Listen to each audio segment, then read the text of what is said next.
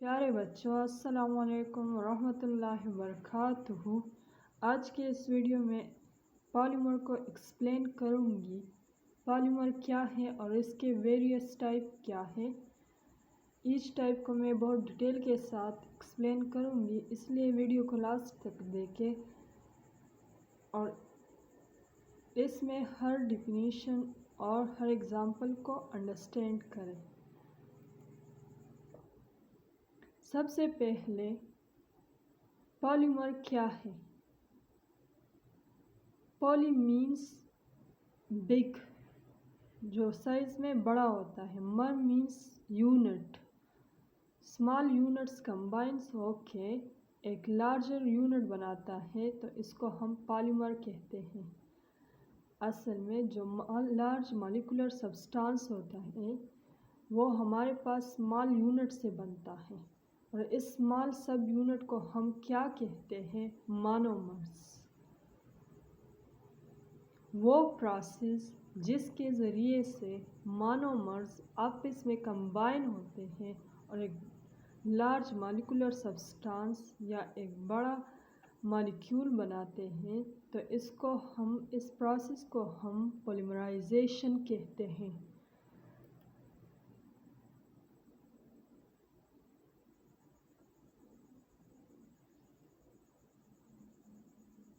जहाँ पर शन लफ्ज़ के आखिर में आ जाए तो हम वो प्रोसेस को इंडिकेट करता है। Mono means small, poly means big.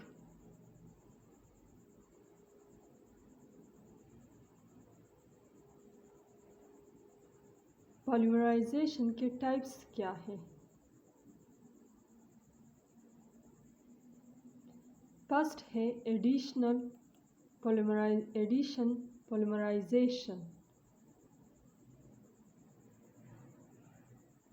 On the basis of synthesis, polymerisation को हम 2 टाइप्स में डिवाइड करते हैं। फर्स्ट है एडिशन पॉलीमराइजेशन और दूसरा है कंडेंसेशन पॉलीमराइजेशन। एडिशन पॉलीमराइजेशन वो प्रोसेस है जिसमें वो मॉलिक्यूल जिसमें एक से ज़ायद बॉन्ड प्रेजेंट होता है, पाई बॉन्ड, डबल बॉन्ड या ट्रिपल बॉन्ड प्रेजेंट होता है, तो इन मॉलिक्यूल के दरमियान एडिशन पॉलीमराइजेशन अकर होता है। ये स्मॉल मोनोमर जिसमें डबल बॉन्ड प्रेजेंट है या इसमें पाई बॉन्ड प्रेजेंट है, तो वो पाई बॉन्ड डिसोसिएट हो जाता है, मोनोमर्स के दरमियान सिग्मा बॉन्ड बनाता है, और इसी प्रोसेस को हम एडिशन पॉलीमराइजेशन कहते हैं।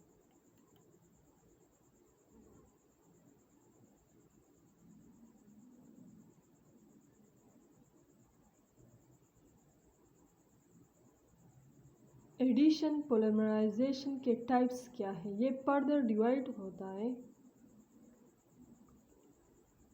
3 टाइप्स में: cationic addition polymerisation, anionic addition polymerisation and radical addition polymerisation.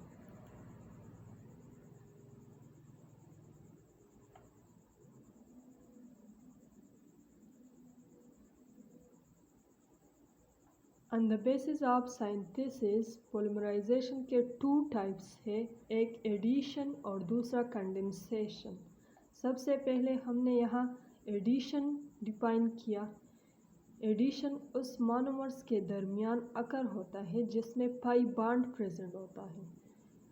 Addition polymerisation further divide होता है 3 कैटेगरी में: cationic, anionic and radical addition polymerisation.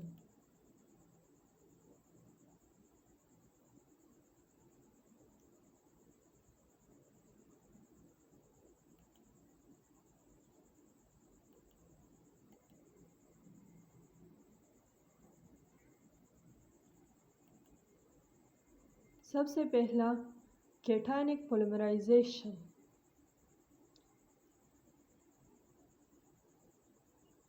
Cationic या एनायनिक या रेडिकल का टर्म क्यों दिया है यहाँ पर?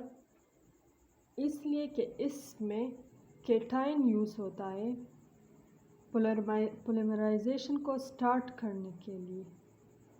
सबसे पहले हम मोनोमर्स लेते हैं, फिर एक एसिड लेते हैं, स्ट्रॉन्ग एसिड या लीविस एसिड। स्ट्रॉन्ग एसिड वो जो अपना प्रोटॉन इजीली दे। लीविस एसिड लेते हैं और इसके साथ स्मॉल अमाउंट ऑफ वाटर लेते हैं। लीविस एसिड क्या है? वो एसिड जो कि इजीली एक लोन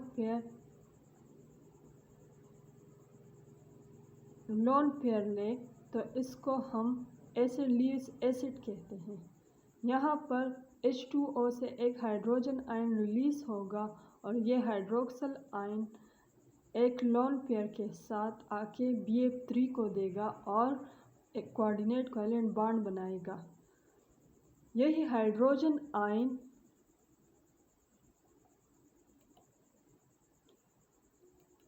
वो मोनोमर जिसमें पाई बॉन्ड प्रेजेंट होता है उसी पाई बॉन्ड पर अटैक करेगा और एक यहाँ पर नेगेटिव चार्ज डेवलप होगा। नेगेटिव नहीं, पॉजिटिव चार्ज डेवलप होगा कार्बन पर। फिर वो कार्बन अगेन दूसरे मोनोमर के पाई बॉन्ड पर अटैक करेगा और इसी तरह एक मोनोमर दूसरे मोनोमर के साथ जॉइन होगा।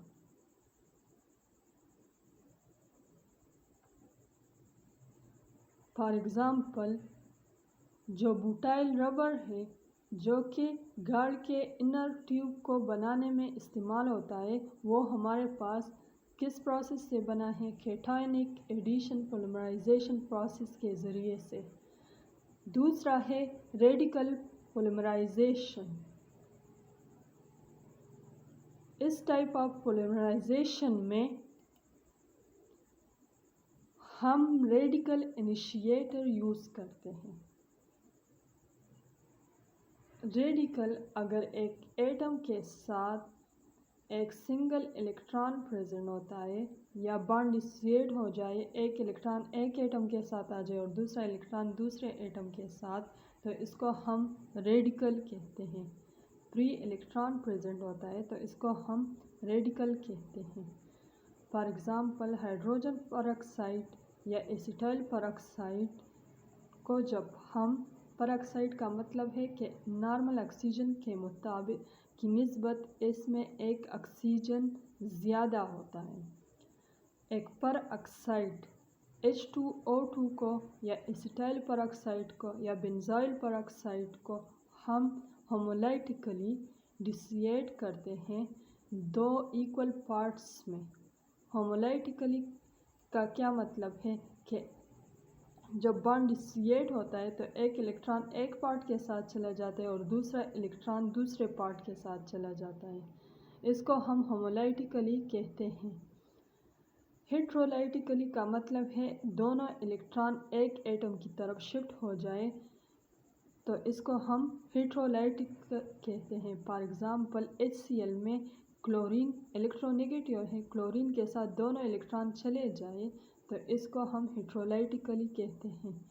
या Cl2 अगर डिसोसिएट हो जाए बॉन्ड तो इसको हम होमोलाइटिक कहते हैं, मतलब एक इलेक्ट्रॉन एक क्लोरीन के साथ और दूसरा इलेक्ट्रॉन दूसरे क्लोरीन के साथ।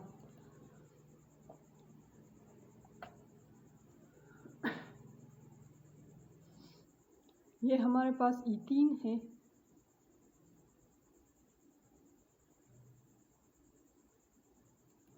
सबसे पहले हम परऑक्साइड हमारे पास होमोलाइटिकली क्लेयर्ड होगा, डिसोसिएट होगा। फिर एक रेडिकल, ये जो अल्काइल फ्री रेडिकल है वो अटैक करेगा यहाँ पर पाई बॉन्ड में। फिर यहाँ पर ये इथीन चेंज होगा इथेन फ्री रेडिकल में, और यही कार्बन पर एक इलेक्ट्रॉन फ्री हो जाएगा और यहाँ पर ये अल्काइल ग्रुप अटैच होगा।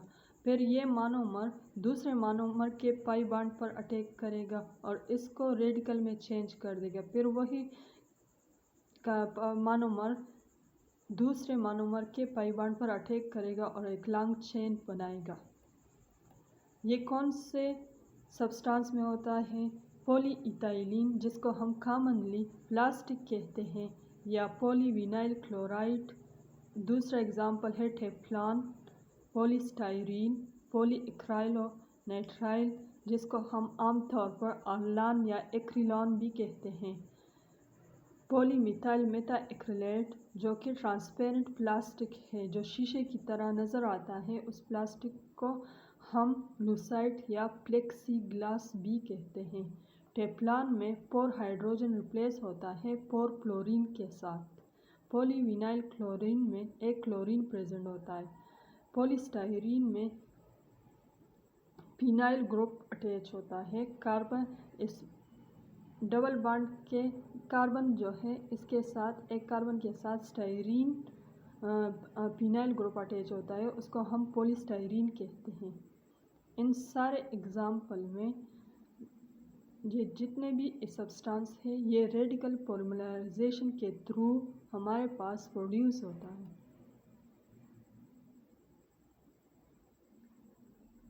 एग्ज़ाम में आप लोग से पूछा जाएगा कि ये कौन सा पीवीसी कौन सा पोलराइजेशन के थ्रू सिंथेसिस हुआ है, तो आप लोगों ने कहना है रेडिकल एडिशन पोलराइजेशन के through.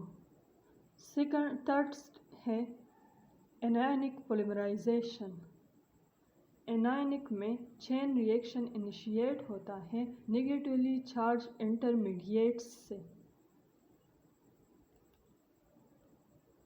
Anion negatively charged species को हम एनायन कहते हैं।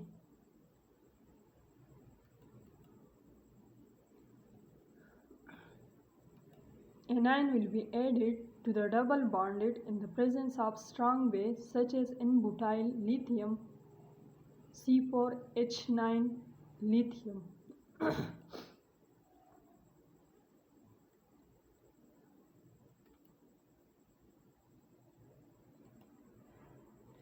इसमें ये वाला बॉन्ड डिसोसिएट हो जाता है।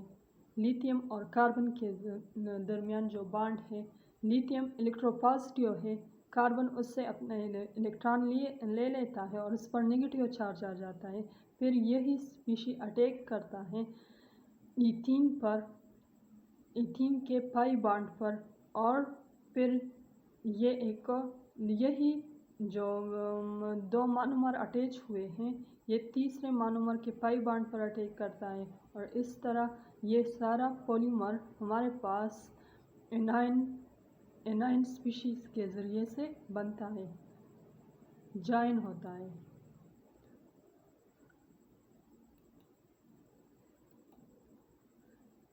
सेकंड मेन टाइप है कंडेंसेशन पॉलीमराइजेशन। इसमें दो मोनोमर जब कंबाइन होता है तो एक स्मॉल मॉलिक्यूल अल्कोहल या वाटर एलिमिनेट होता है। दो मोनोमर जब कंबाइन होते हैं तो किस वजह से एक से हाइड्रोजन रिमूव होता है और दूसरे से हाइड्रोक्सल आयन, या एक से अल्काइल ग्रुप और दूसरे से हाइड्रोक्सल आयन, तो ये हमारे पास वाटर या अल्कोहल एक बाई प्रोडक्ट के तौर पर बनाता है। बाई प्रोडक्ट जो मेन प्रोडक्ट हमें रिक्वायर होता है, इसके साथ अगर दूसरा कोई यूज़फुल प्रोडक्ट प्रोड्यूस हो जाए तो इसको हम बाई प्रोडक्ट कहते हैं।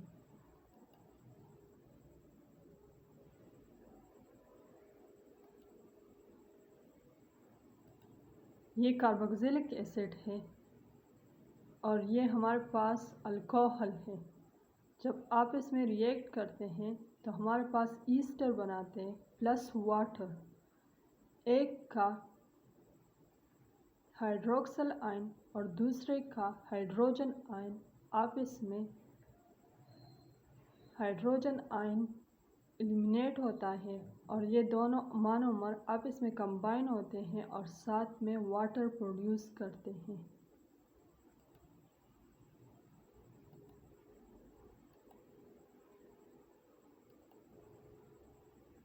For example, nylon, the monomer of hexamethylene diamine and adipic acid react with each other. It gives the final product nylon 6,6 and byproduct water molecule.